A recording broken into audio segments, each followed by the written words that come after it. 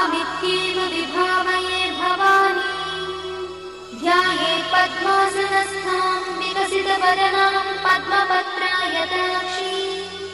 हेमाभां पीतवस्त्रां करकलितलसद्देव पद्माम्बराङ्गी। सर्वालङ्कारयुक्तां सततमभयदां भक्तनम्रां Bhavani.